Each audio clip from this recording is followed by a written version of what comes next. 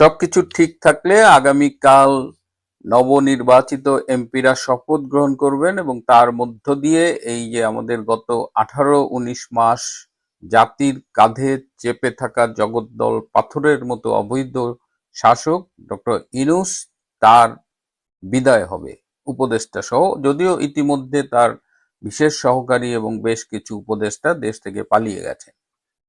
এই উপলক্ষে আজকে যমুনা জুড়ে ছিল বিদায়ের সুর। প্রধান উপদেষ্টার কার্যালয়ে সবখানের থেকে তিনি বিদায় নিয়েছেন।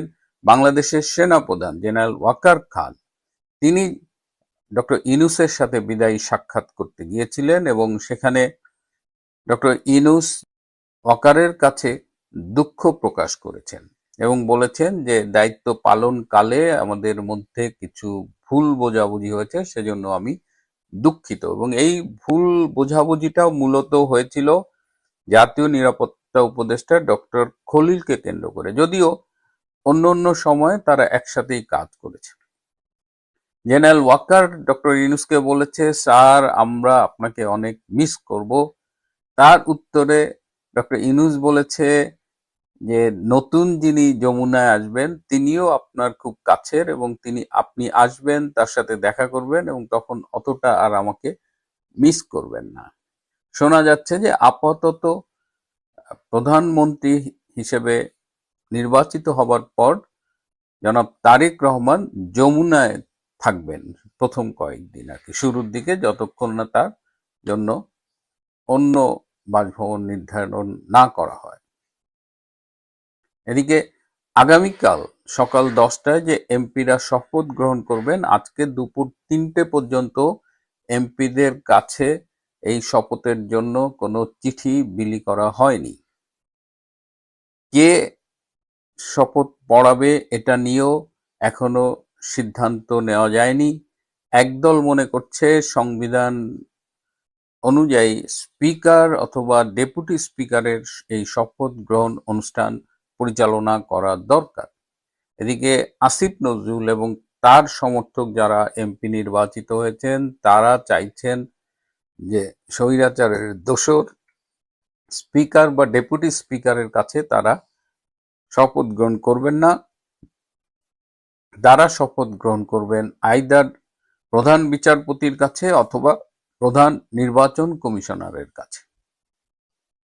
একজন এমপি দুটো শপথ গ্রহণ করার কথা ছিল এবার।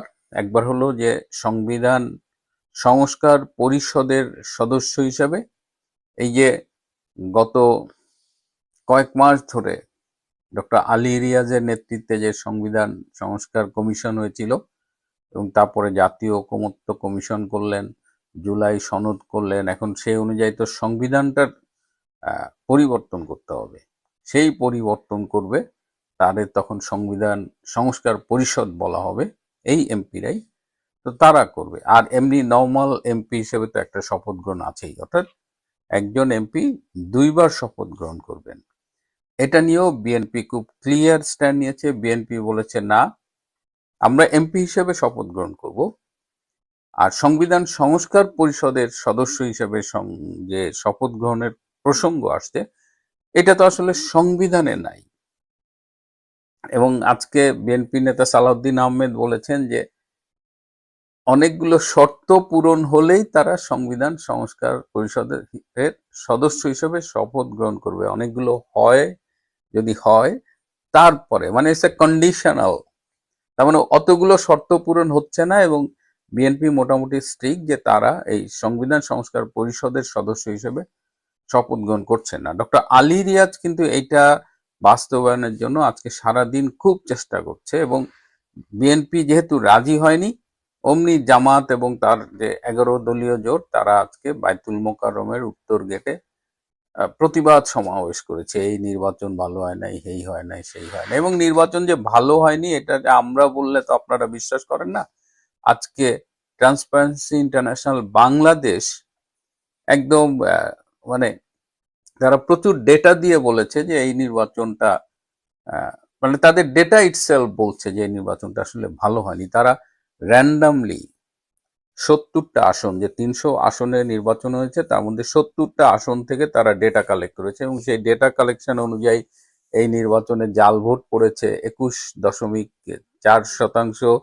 ভোটারদের জোর করে কোনো নির্দিষ্ট মার্কার প্রতি ভোট দিতে বাধ্য করা হয়েছে, এরকম ঘটনা ঘটেছে 35.7%। আগেই ব্যালটে সিল মারা হয়েছে 14.3%। এবং মোটামুটি সব এমপি কিছু না কিছু অনিয়ম করছে, এবং আরো অনেকগুলো, এগুলো আপনারা জানেন, আমি পুরো লিস্ট দিচ্ছি না, আমি শুধু বলছি যে এই নির্বাচনটা কেমন হয়েছে সেটা বোঝানোর জন্য এই টিআইবির আজকের এই রিপোর্টটা এবং তাদের ফাইন্ডিংসটাই যথেষ্ট। আমরা কি বলছি এটা বিশ্বাস করার দরকার নেই। টিআইবি, তারপরেও টিআইবি কিন্তু বলছে এবার একটা জিনিস ইন্টারেস্টিং, যে ভোটের দিন কিন্তু আওয়ামী লীগ ভোট বর্জন করেছে, প্রতিহত করার ঘোষণা দেয়নি, এবং বলটা ছিল ভোটারদের কোর্টে এবং ভোটাররা আসে নাই। কিন্তু টিআইবির এই প্রধান ইফতেখারুজ্জামান বলার চেষ্টা করছেন যে এই নাম বলেনি, বলছে আওয়ামী লীগ ভোট বর্জন করার কারণে এবং অনেক এই যাদের ভায়োলেন্স টায়োলেন্স এসব হতে পারে বিধায় অনেকে আসেনি। বিষয়টা তা না, আওয়ামী লীগ একদম শান্তিপূর্ণভাবে ডাক দিয়েছিল। আওয়ামী লীগ যে অংশগ্রহণ করলো না, সুতরাং এই নির্বাচন অন্তর্ভুক্তিমূলক হলো না, এটা নিয়ে প্রশ্ন কিন্তু থাকবেই। এখন খুব ইন্টারেস্টিং বিষয় হলো যে গণভোট নিয়েও কিন্তু অনেক কথা হচ্ছে। এখন এই গণভোটের বিরুদ্ধে রিট করার সিদ্ধান্ত নিয়েছে বিএনপির একজন আইনজীবী, বিএনপির সমর্থক একজন আইনজীবী। কারণ এই গণভোটটা আসলে সংবিধান সম্মত হয় নাই বলে মনে করছেন, এবং এই গণভোটটা এটার বৈধতা নিয়েই চ্যালেঞ্জ করা হবে, রিট করা হবে, 1 নম্বর। 2 নম্বর হলো এই যে সংবিধান সংস্কার কমিশন, ঐকমত্য কমিশন, জুলাই চার্টার করার জন্য মিটিং, এইসব বিভিন্ন মিটিংয়ে এই আলী রিয়াজ, যে আমেরিকান নাগরিক, তাকে তো এখানে পাঠানো হয়েছে একটা স্পেশাল এজেন্ডা দিয়ে। তিনি কিন্তু যখনই বাংলাদেশের রাজনৈতিক নেতারা কোনো বিষয়ে আপত্তি তুলতেন, তখনই কিন্তু আলী রিয়াজ খড়গহস্ত হয়ে উঠতেন এবং তিনি হুমকি দিতেন, এবং বিএনপির সাথে অন্তত 20 বার তার লেগেছে, অন্তত 20 বার তিনি বিএনপিকে বাধ্য করেছেন তার সিদ্ধান্ত মানতে। এবং তিনি এমনও নাকি বলতেন যে আপনাদের সকল আমলনামা আমার কাছে আছে, আমি আমেরিকা থেকে আপনাদের আমলনামা নিয়ে আসছি, যদি বাড়াবাড়ি করেন সেই আমলনামা পাশ করে দেব, এরকম ভাবে থ্রেট করে তিনি বাংলাদেশের নেতাদের অপমান করেও, শুধু থ্রেট যে না, তিনি তার এজেন্ডা বাস্তবায়ন করিয়ে নিয়েছেন। এই জুলাই সনদ ইচ্ছা মতো করেছেন, গণভোটে অসংখ্য প্রশ্ন, এগুলো সব কিন্তু স্বৈরাচারী কায়দায় এই ডক্টর আলী রিয়াজরা করেছেন।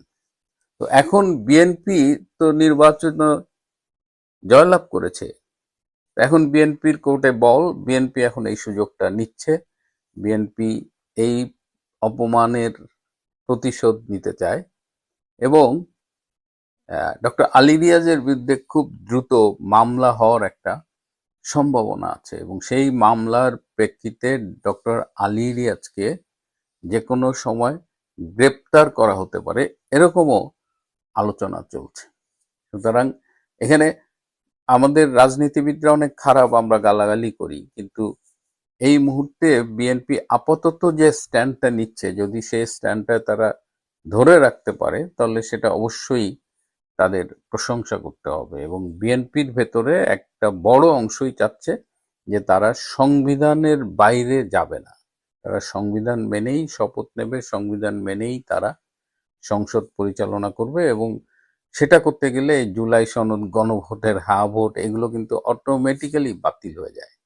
সেই পথেই যাচ্ছে, এবং ঝুঁকির মুখে, গ্রেপ্তারের ঝুঁকির মুখে পড়েছে এই বিদেশি এজেন্ট ডক্টর আলী রিয়াজ। এখন দেখা যাক কি হয়। কালকের সংসদ সদস্যদের শপথের দিকে সবাই তাকিয়ে আছে, এই জটিলতাগুলো কাটে কিনা। তারপরে তো অন্য অন্য বিষয়গুলো আছে, সেগুলো অন্যদিন কথা বলবো।